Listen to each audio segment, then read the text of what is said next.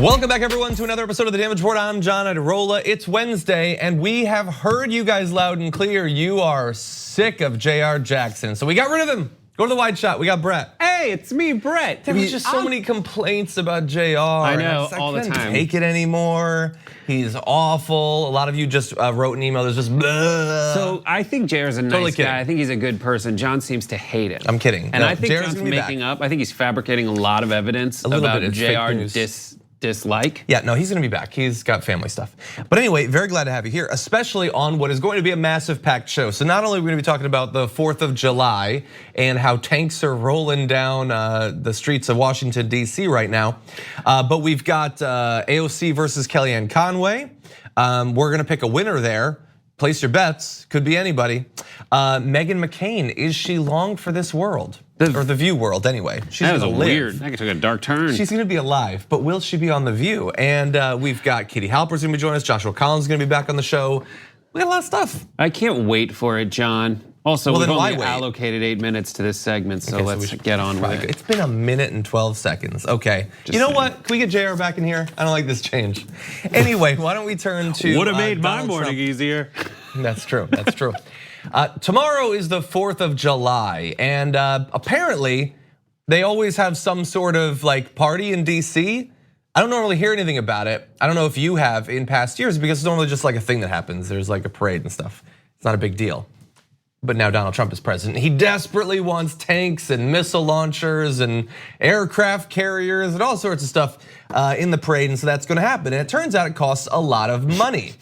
We found this out yesterday. The National Park Service is diverting nearly $2.5 million in entrance and recreation fees, primarily intended to improve parks across the country, to cover costs associated with President Trump's Independence Day celebration Thursday on the mall. So he wants more stuff there, that's gonna cost money. So the money that would normally go to maintaining national parks is instead gonna go to a one-day ode to the president's ego, I guess. You know when your genitals are so big that you need to throw a parade with giant missiles? Yes. That's what's happening. It's that his jennies are so giant. When you need your own Bradley fighting vehicle to put your genitals onto to carry it That's as you what walk. it is. It's that they're That's so what it big is. that he's not compensating for it.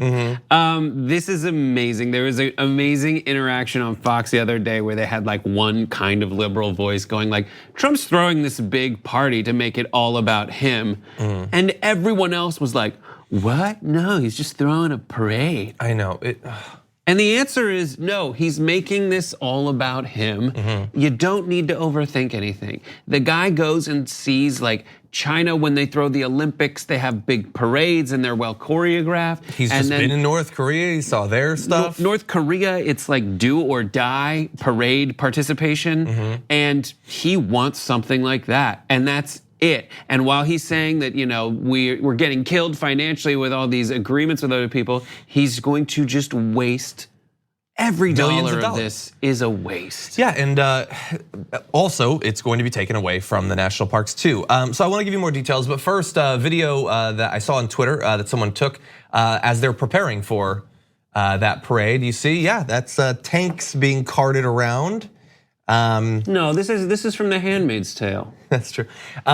Is it? Maybe. No, they shoot in landscape. No, that checks out. No, this couldn't be The Handmaid's Tale because the entire frame is in focus. So also things are moving at a rate at a normal pace.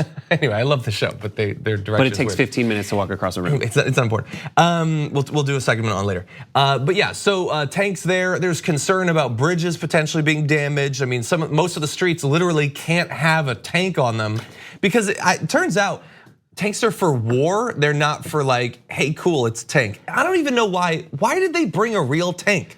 If they had gotten an expedition and put some like aluminum siding on it, like Trump is not an expert on the military. You could convince him it was a tank. I know, that's amazing. You don't need an Abrams. It could literally be just some little troop carrier. Call it a tank, it's got a gun on it. The ruining of asphalt, of the infrastructure of America with this needless show of faux superiority is richer symbolism than The Handmaid's Tale. That's true. Although the last episode was good. Okay, so let's talk some more numbers. The diverted park fees we talked about before represent just a fraction of the extra costs the government faces as a result of the event, which will include displays of military hardware, flyovers by an array of jets, including Air Force One, the deployment of tanks on the mall, and an extended pyrotechnics show. By comparison, the entire 4th of July celebration on the mall typically costs the agency about $2 million. So even the money being diverted, that could have paid for the normal one. This is gonna cost far more because of that. As of today, 2 Abrams tanks, 2 Bradley fighting vehicles, and an M88 recovery vehicle sat on train tracks in Southeast Washington. Now, because this has been generating a lot of attention, the fact that this is literally just a party he's throwing for himself this year, and he's gonna spend millions of taxpayer dollars, he tweeted this: "The cost of our great salute to America tomorrow will be very little compared to what it is worth. We own the planes, we have the pilots, the airport is right next door. All we need is the fuel. We own the tanks and all. Fireworks are donated by 2 of the greats." Nice. How's he gonna salute Cost America? $60 million. How's he gonna salute America with his head so far up his butt? Thank you for saying "but" there. We can say. I don't know. Can the arm also fit? I don't know. It's like a down situation. Yeah, he's gonna rip something. But here, into look. his forehead. Obviously, the fact that so much money is being wasted is absurd, but that's not the real issue here. The real issue is that this is just another toe in the waters of taking the tropes of fascist movements and bringing them here. I understand that not every person who's ever used a tank in a parade is a fascist. Supposedly, they do France. It in France, but that's not America, I would say. And I also think that generally the GOP is not that happy with comparisons between the US and France. Suddenly it's an excuse. The issue here is the glorification of the military, the police, basically anyone holding a gun. And this is not like one thing. We just had him tweet congratulations to that former member of the military who had murdered a guy who was being worked on by a medic. He got off, and Trump was exalting him on Twitter. He got off. This is a person who fired his gun at dozens of unarmed civilians.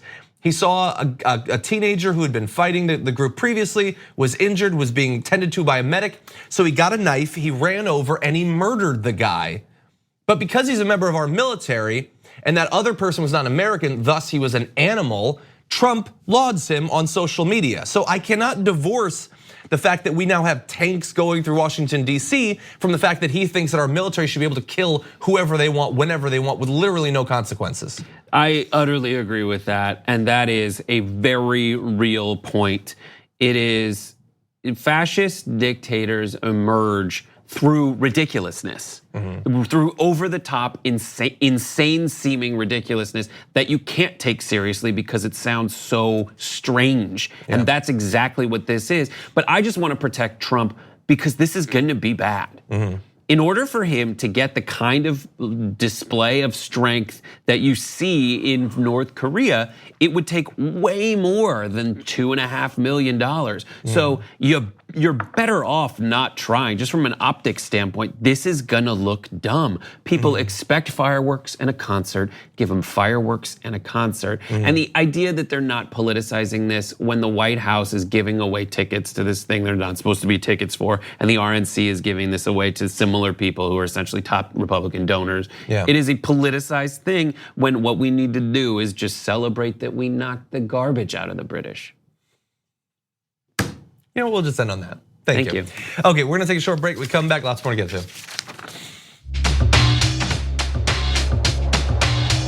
We need to talk about a relatively new show called the Republic, or UNFTR. As a Young Turks fan, you already know that the government, the media, and corporations are constantly peddling lies that serve the interests of the rich and powerful.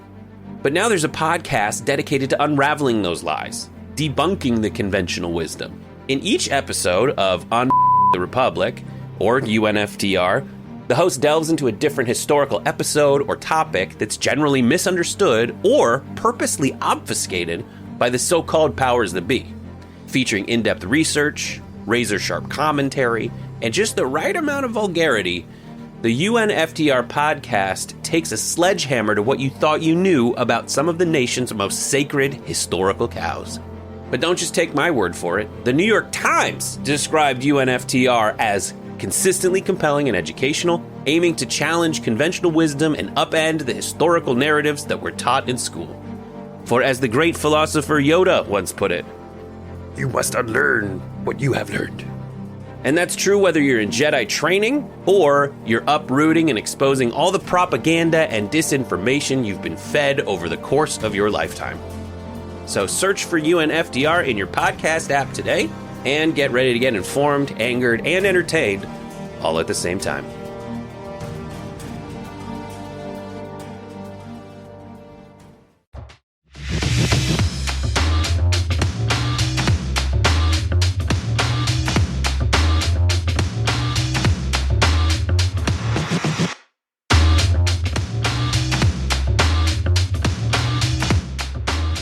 Joining us now on the Damage Report is a congressional candidate for Washington 10th District, Joshua Collins. Welcome back to the show. Hey, John, thanks for having me. Glad to have you here, and there is a lot in the news that we are very eager to talk about with you. We're gonna touch base with your candidacy in just a little bit, but I do wanna talk about the biggest news of the week, the month, possibly the year, and that is the network of concentration camps on our southern border. What are your thoughts on what we've recently been learning? Well, I think we need to address the fact that the Democrats aren't doing anything about it, and there are only a few of them who voted against the $4.6 billion they gave to expand the fascist force that Trump is using, and they're all over the country, and it's all the same thing as the rest of the prison industrial complex. They're funneling money to Geo Group and these other private prison corporations. In my district, we have just right on the edge of it, we have in Tacoma, the Northwest Detention Center, and they are organizing hunger strikes because the conditions are so bad. They've been force feeding the detainees for doing the hunger strikes. And we just spoke with someone who was in this detention center who spoke English. They were from the UK, and they were being held in there on thousands and thousands of dollars a bond. And because they talked to us and gave us details, they were shortly after removed, whereas normally people are kept there for 90 days before they're deported. But they realized that someone spoke English and was, communicating and knew their rights and was letting people know on the outside what was going on. And they got him out of there as quickly as possible. Yeah. And we found out what was happening there. They were, despite the fact that they're getting, $700 something a day per detainee, they were paying them $1 a day to work in the kitchens and giving them, very low quality food, like worse than in normal prisons.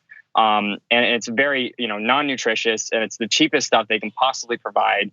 On top of that, they're putting them in solitary anytime they speak up against the conditions, which, solitary is torture.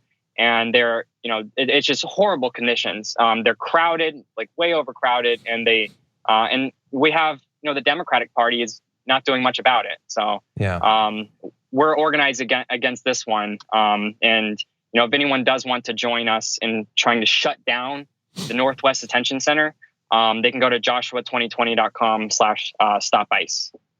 I want to talk about something, an engagement you had on social media recently that ties in with one aspect of your candidacy, and so that is when you interacted with Candace Owens, who had been attacking the new progressive position on possibly abolishing student debt, and also a conversation about reparations, with you responding, "Stay salty, ya effing shill," with a picture of a garbage truck apparently depositing salt, which we loved.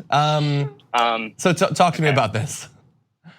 So I spent a lot of time on Twitter, so this is pretty typical. We all for me, do. So.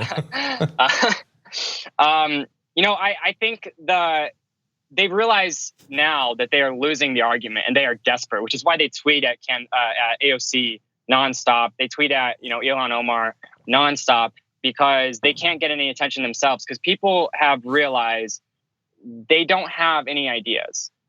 All of their philosophy, all of their ideas, their arguments, they're just counter-reactionary to what we believe.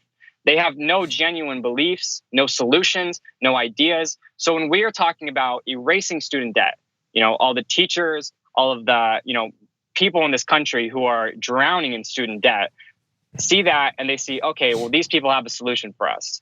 And they don't have an argument that can solve the issue of student debt, because we are talking about erasing it. Mm-hmm. And they don't want to do anything about it. They also don't want to increase wages for teachers. And we are talking about doing exactly that. And then when it comes to the issue of reparations, I think it's very clear that this government is violating the human rights of people. It has violated the human rights of people throughout history, and it owes money to those people. Yeah. Now, that means it owes to indigenous communities, to descendants of slaves. It also owes money to people who have been detained for marijuana convictions. Mm-hmm. We all agree at this point, the majority of Americans agree that marijuana should be legal, right? And if you follow that logic, we also believe that they should be released. And you also believe that their record should be expunged, because we agree that this is something that is a harmless drug and it has been used to, detain, millions of people and, ruin their lives. So if you follow that logic, you'd also believe that because they were unjustly imprisoned, that this government should pay to the people reparations for the time that it stole from their lives. Mm-hmm. So this is why I'm pushing for this, because I think it is a grave injustice that has been done to people. And for the years and sometimes decades that has been stolen from people's lives, I think this government should pay those people. And that is why I believe in, we call it 420 reparations. That's the hashtag. And if people want to, give their opinions on that on Twitter, I'll take a look at all of them. So. And we don't only have a couple of minutes, unfortunately, but we would like to find out how is you have a somewhat a non-traditional candidacy. You're obviously very young. Yeah. How has the campaign been going lately since we last spoke with you? It's been going pretty good. We've got somewhere around 350, 400 volunteers. It grows every day. So we raised $24,400 in donations, all online. We don't even have merchandise or anything yet. We are working on that right now. But we've had a lot of success. There's a lot of energy in the campaign, and quite frankly, our race isn't that expensive of a race. So the fact that we've raised over $24,000 is amazing, and we are on track to win this race. So. And if people would like to know more about your candidacy, where would you like them to go? They can go to joshua2020.com. They can find a list of most of my policies. We still have a long way to go. And they can also find a place to sign up to shut down the Northwest Detention Center. And that'll be, there's a link on the top left of the website. Well, thank you. Joshua Collins, Congressional Candidate, Washington's 10th District. Yeah. Thank you so much. Yeah, thanks, John. We're gonna take a short break here. We come back, the latest actually on those detention facilities and the fight against them after this.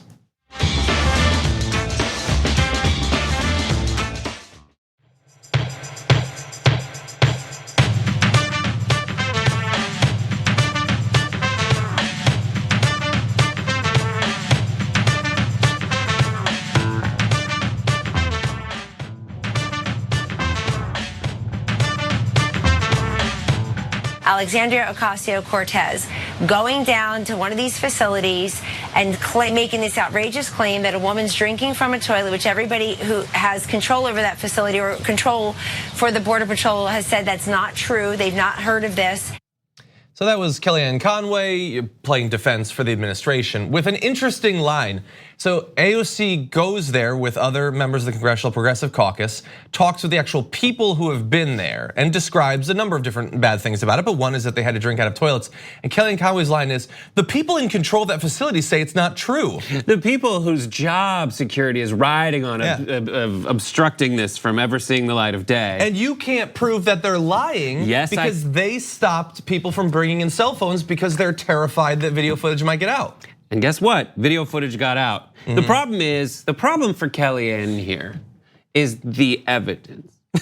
That's the only problem because by and large are doing a pretty good job. Like when I try to produce for these kinds of stories, it's difficult to find photos. Usually if there's a major event, you go on Getty Images, we have a subscription, I just pull them. But for these kinds of things, there's no one's letting the Getty photographers in. It's almost like they're ashamed of it. It's like that. But now we have literal stuff we'll talk about later, which is an inspector general report on these kinds of conditions. Which is not AOC's aide, it's the government. Right, it's someone that works she's right. more directly for the government than Kellyanne Conway. Yeah, well look, Kellyanne Conway decided to, every day, one right-winger lines up to try to take down AOC, and so far they failed, but she tried, and so AOC did respond because the right has been trying to portray her as a liar for describing what multiple sources, including inside of the US government, have confirmed is the case. She responded and said, how many migrant women has Kellyanne Conway touched, hugged, sat on a concrete floor with, actually listened to? The answer is none. Her actions show she doesn't believe all human beings are worthy of basic dignity. That's why she defends and muddies the clear and indefensible. And that turned out to be literally the case in AOC's example. In a tweet Robert Mackey put out, this image of AOC comforting a detained woman whose daughters were taken from her at the border, which another member of Congress, Joaquin Castro, had to smuggle a camera in to take, is a glimpse of what the border agency doesn't want the public to see. So when AOC says, how many of these people have you actually cared enough to talk to and find out what's going on, to not just listen to the official word from the CBP, AOC is actually speaking from her own experience there, and she has in fact done that. Right, it's just so weird, because going on these kinds of tours, they are definitely telling you can't bring in your cameras. The reason for that is obvious, but then they're able to smuggle something in, and then what they're seeing, what they're allowed to see, is you would also think, if they're doing things like not letting you bring a camera in, they're probably only showing you the good stuff. That's the kind of stuff, like I have a friend who was like a photographer and he was allowed to go to North Korea, and they don't take him around and show him all the terrible stuff. They show him the least terrible stuff and stuff that they're actually proud of. Potemkin Village. In these situations, it's just really weird to sort through how they were able to see stuff this bad. Yeah. How much worse must the other stuff be? The only counter argument to that is maybe in some strange way, the way that they're going on Facebook, the Customs and Border Patrol people, and talking about all the terrible things they'd like to do to AOC, maybe in some strange way they're just rubbing her nose in it by showing her this stuff. Maybe. And by the way, those photos we were showing you are from the Inspector General's report. That's not like no lib activist group took them or whatever. That was the Department of Homeland Security saying, yeah, it's horrendous, as we'll get into. So look, Kellyanne Conway attacked AOC. AOC pointed out, you don't even care enough about this to talk to the people who are affected by it. You could take a trip down there if you wanted to. They'd pay for it. You choose not to. Kellyanne Conway doesn't have a response to that. She can't actually say, here is evidence of my empathy or concern for these people. So instead, she switches gears and decides, I have to find a shortcut to try to pretend that AOC also is as heartless and cruel as I am. So she said this, how many migrant women did AOC help by voting against the $4.6 billion bipartisan humanitarian aid that is for them? She even voted against the Democrat aid package. All talk, no dollars. Now, look, we were covering the battle over that before it was even passed, so you probably already know where this is going, but as AOC points out, the $4.6 billion wasn't humanitarian at all. It had no accountability measures for facilities that abuse children and families. It didn't fix the problem, just funded abuse. I don't believe in billion-dollar blank checks for unethical, abusive administrations, including yours.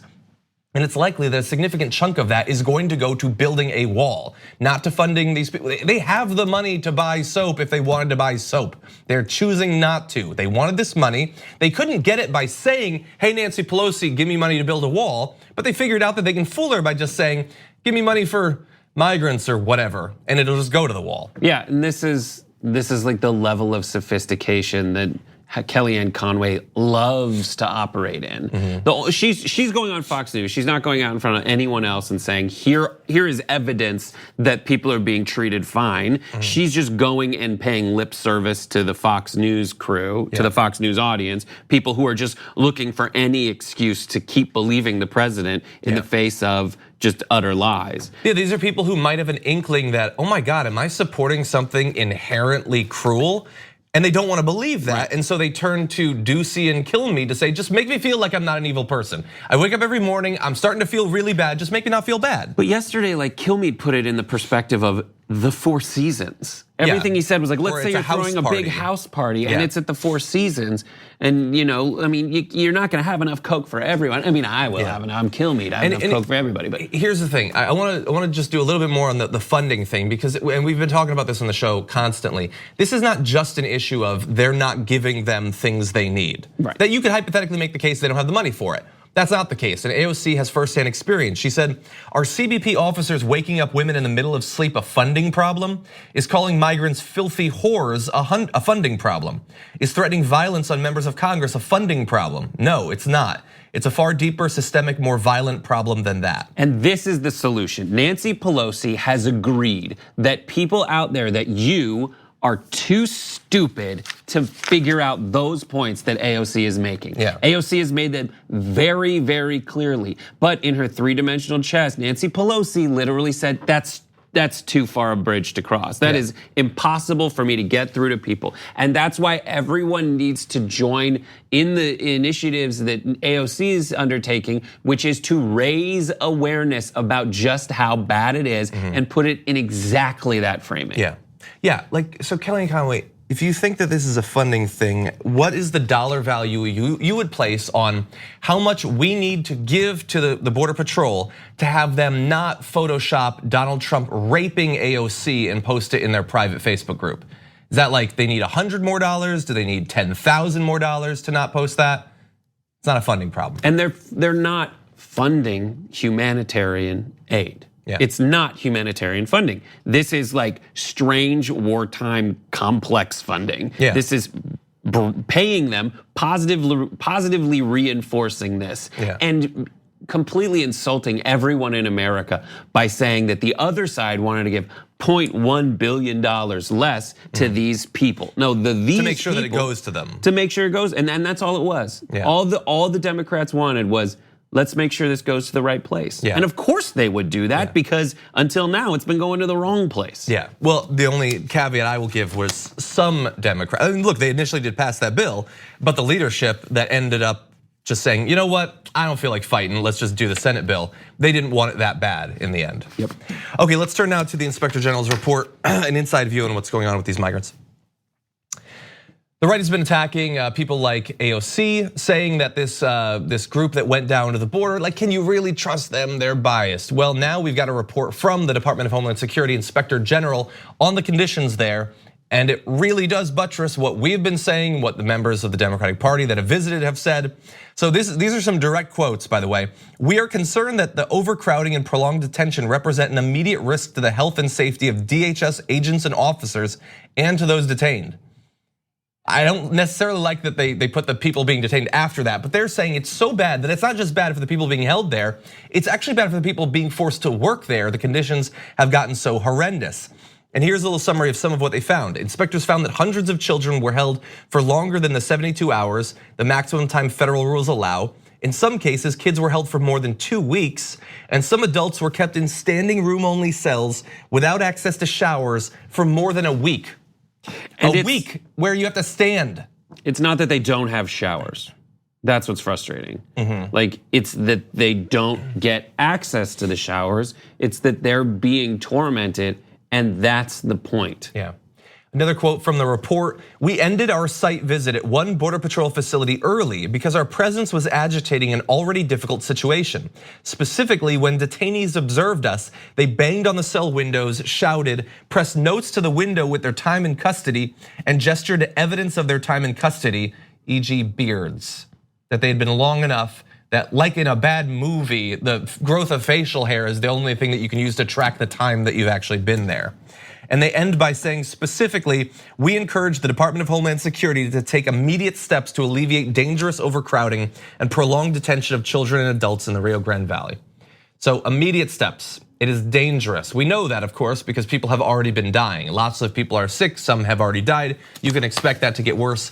And again, this is not, I mean, it shouldn't matter. If it was an activist group, that's important. If it's a Democratic member of Congress, that's important. This is an official in the Trump government, in the Department of Homeland Security, saying that urgent action is needed to fix this before more people die. Yeah, it's sickening. And the money that is there is not going to the right places. It's an attitude problem. That's been proven. It's a management problem. They are intentionally torturing these people mentally, if not physically, and eventually physically, because they're just letting them rot. And the overall effect that this has on people, and it's been proven that it's motivated by race, and it's been exacerbated by some weird way this is being used by the president to get votes and stoke some kind of support among his base. Exactly. Yeah, and look, for the kids who don't die, who don't get horribly sick. Let's say even if they see their families again someday, God willing. Did you spend a night in jail when you were growing up? No. No, I never did. When you were 10, what would you have thought about the prospect of spending one night in jail? It's horrifying. You would have lost your mind. I couldn't have conceived of it. And imagine weeks and weeks, and we're supposed to pretend that if they don't die, the system's working, it's totally fine. Something that's unimaginable for the vast majority of everyone in this country. And by the way, in my mind, the jail that I would have been staying in would have been far better conditions than this. I would have been standing for 2 weeks at a time, surrounded by people who aren't getting medical care, who don't have access to showers, who don't have access to soap or toothbrushes, who have literally nothing to cover them when they sleep on the cold floor. This is far more horrendous than the worst nightmares I ever had growing up in America. And we, although we have the money to fix it, we don't have the political will or the desire because of ideology. And also AOC has shared proof that there are shelters and there are detention centers, and the shelters are empty and the detention centers are full or overcrowded, at least in some cases, that she's been able to prove with photo evidence. Exactly. Okay, we're gonna take a short break. We come back. Katie Halper's gonna be joining us after this.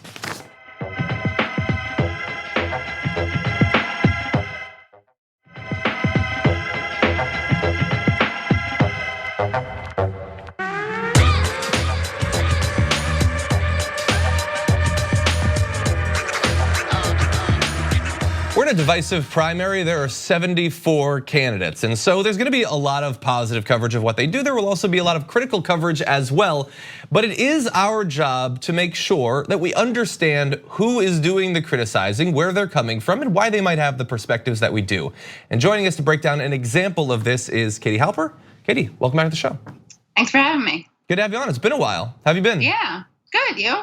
Well, it's political news, so no, not that great. Yeah, but we're glad to have you on today. Yeah, thanks for having me again. So let's talk about a recent piece that you did about, it's called Sydney Ember's Secret Sources on sort of the backing of an individual, the criticism of a candidate. Break it down for us. So yeah, Sydney Ember is someone who the New York Times has kind of assigned to cover Bernie Sanders. And she has lots of different ways that she expresses her dislike of Sanders and her bias. She often uses the phrases like is seen as, she'll use passive voice. She says some say, some think, supporters will want. So she doesn't specify who she's talking about. So she doesn't have to have evidence. She uses a lot of anecdotal evidence.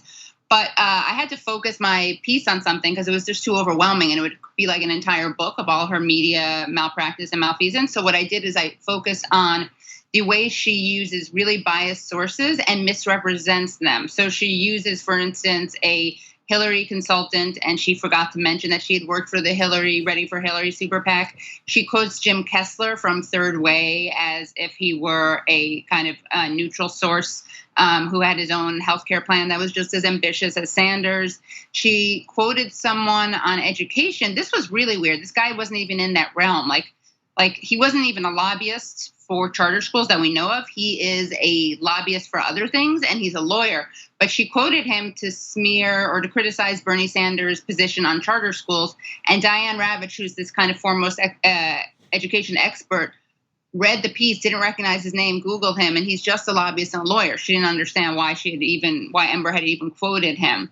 And then, of course, my favorite was probably this guy, Otto Reich, who a lot of people don't know Sydney Ember's name because one of the dangerous things about being a reporter and not an op-ed writer is there's not as much emphasis on your biography. You're just doing straight up news.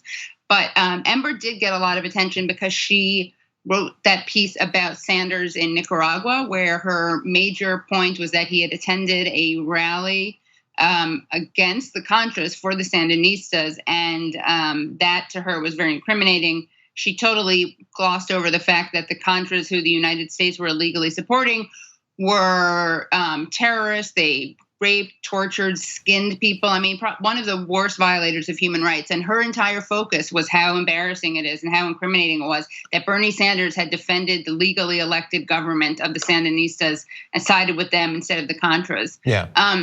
And she, in an interview, asked him, her first question with him, because hard-hitting journalism, she asked him if he had heard an anti-American chant at this rally in the 80s. And if he had, would he have stayed if he'd heard it? And so for that piece, she quotes this guy named Otto Reich, who is a right-wing guy who tries to get like a terrorist visas and also did PR for the Contras. He worked for Ronald Reagan doing PR for the Contras. He tried to he would place op-eds. He would place negative stories about the Sandinistas, positive stories about the Contras. He would try to threaten journalists and smear them if they did anything critical about the Contras. So these are the people she goes to. And the last one was a lobbyist, who she forgot to mention was a lobbyist. Anyway, all these people say terrible things about Sanders. They're all incredibly biased, and she can't be honest about who they are, because if she were, it would be so obvious that she's smearing them. So it's a covert smear. Yeah. I'm curious because I have not followed her coverage. Is there an attempt to sort of mask it with? Is there even a veneer of fairness to Bernie Sanders? Does she occasionally cite anything positive? I mean, she'll cite other people, but it's very biased. So she cited like Otto Reich, this right-wing Contra PR man, literally worked with PSYOPs people and military people and was involved in the Iran-Contra scandal. So she'll cite him, and then she'll cite someone from the Brookings Institute, which is liberal-ish, but they also aren't as nearly as far from the center as Otto Reich is. Again, Otto Reich should be in jail, but no, I mean she'll quote some people, but she also will undermine the way they say things. So she'll quote a Sanders source, but portray them as less trustworthy, and she often will attribute things to ulterior motives on his part, like his socialism speech was his latest attempt to deal with his electability issue. Everything is framed as a crisis. Everything is framed as his attempt to deal with a crisis, to deal with being unelectable. While he was the front runner the entire time, and even some time that Biden had entered, he was the front runner. She said that the campaign boasted of being the front runner, but it was only after Biden came in and surpassed Sanders that she wrote a piece with the headline, "No longer a front runner, Bernie goes back home." So while he's a front runner, and we see this all over, the media is obsessed with trying to portray him as in trouble. No matter where he is in the polls, he's always in crisis mode, according to the Washington Post and the New York Times. And Katie, good to see you. It's Brett. So what is in the office? What's the exactly? What is your like? Are you calling it out? I know it has to be called out when you see it, but is the goal to raise awareness about how it's being framed in the New York Times, or is there a chance that you could like shame the New York Times into framing it better in the future? Like, how do you solve this problem? Well, one of the issues is that they fired their public editor, probably because it was too time-consuming a job, and so they no longer have that position of the public editor.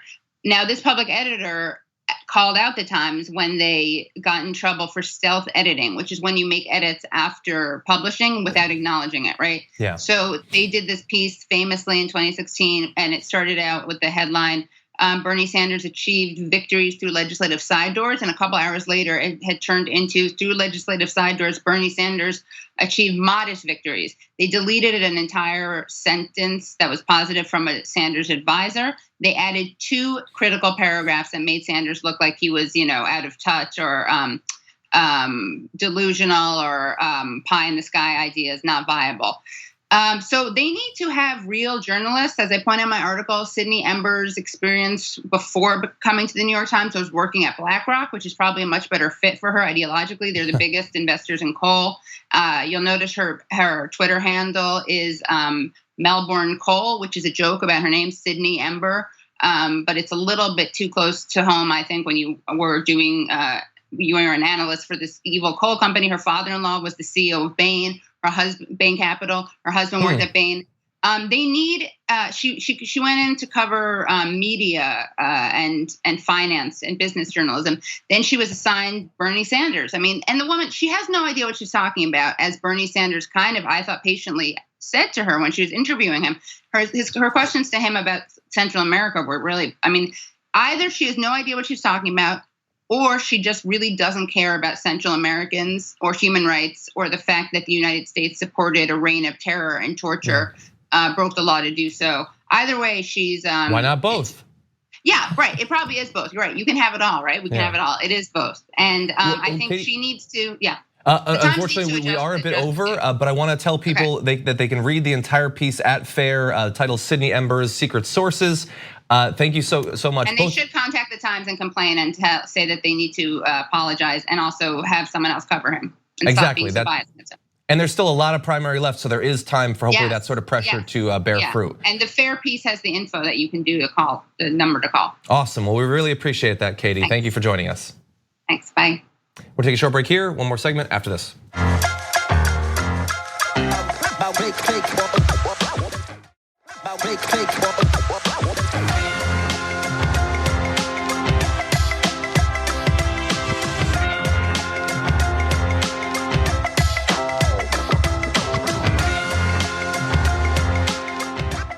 I think it's pretty safe to say that Meghan McCain has a pretty sweet deal going there at The View.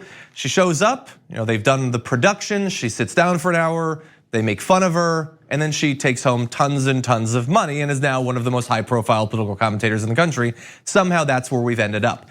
But apparently the making fun, especially the online variety, has started to take a toll. An exclusive this morning from the Daily Beast says that she's considering moving on from The View.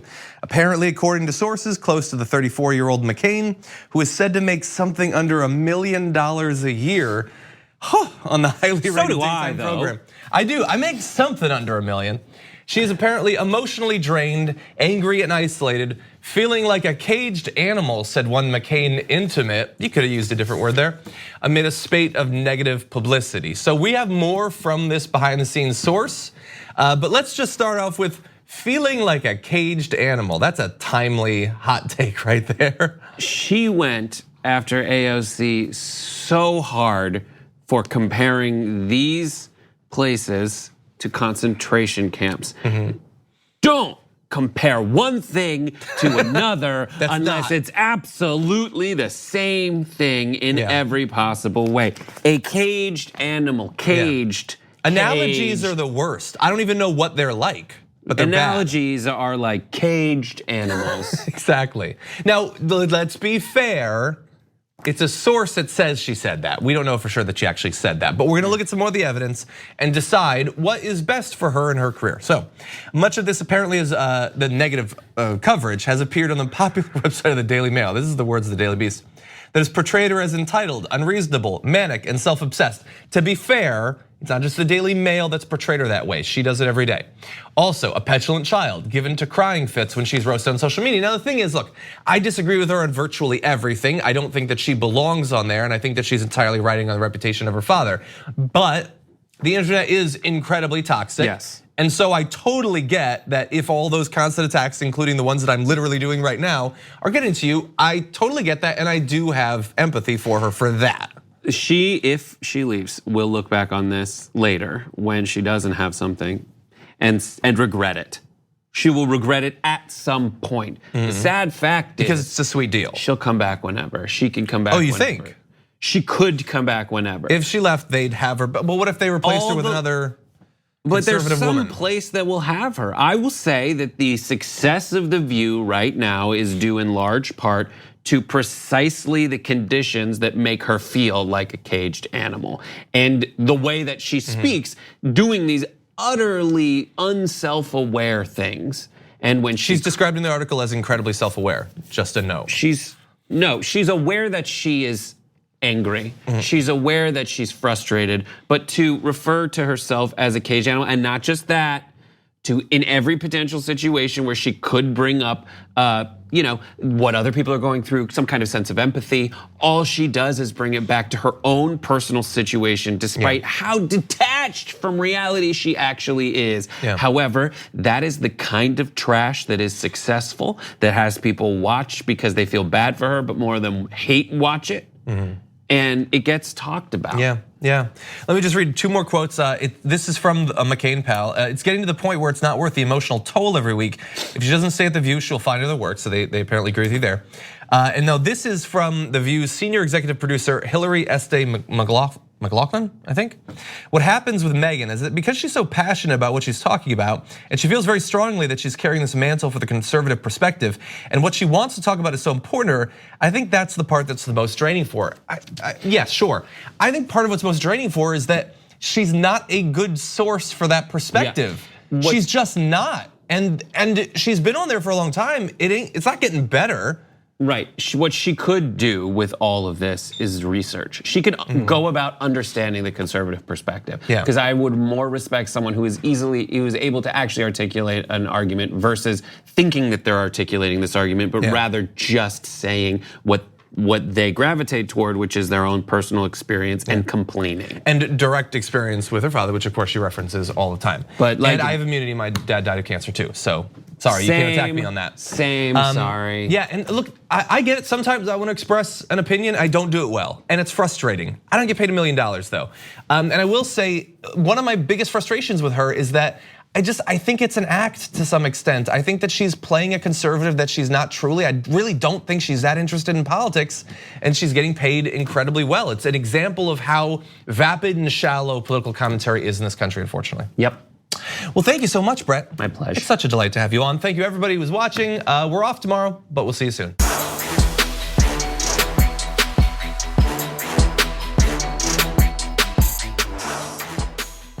Thanks for listening to the full episode of The Damage Report. Support our work, listen ad-free, access members-only bonus content, and more by subscribing to Apple Podcasts at apple.co/TYT. I'm your host, John Aderola. I'll see you soon.